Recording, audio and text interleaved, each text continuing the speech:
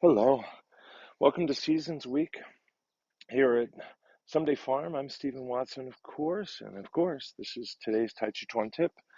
I'd like to thank you for your support, your comments, your financial contributions, um, uh, you know, writing online reviews on Google or Yelp or my Facebook business page, for example.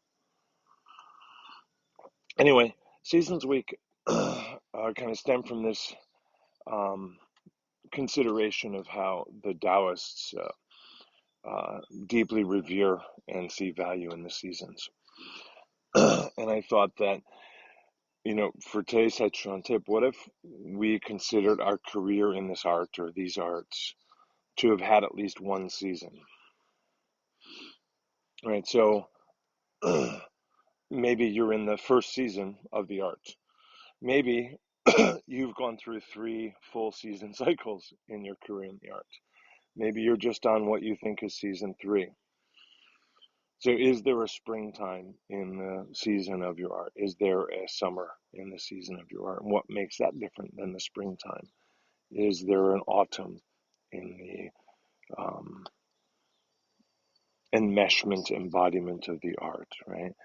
If there's a winter, or does a spring follow it, or is the whole of the career one season cycle?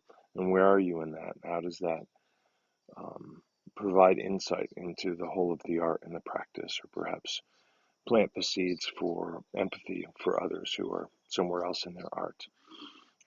So thank you very much for that.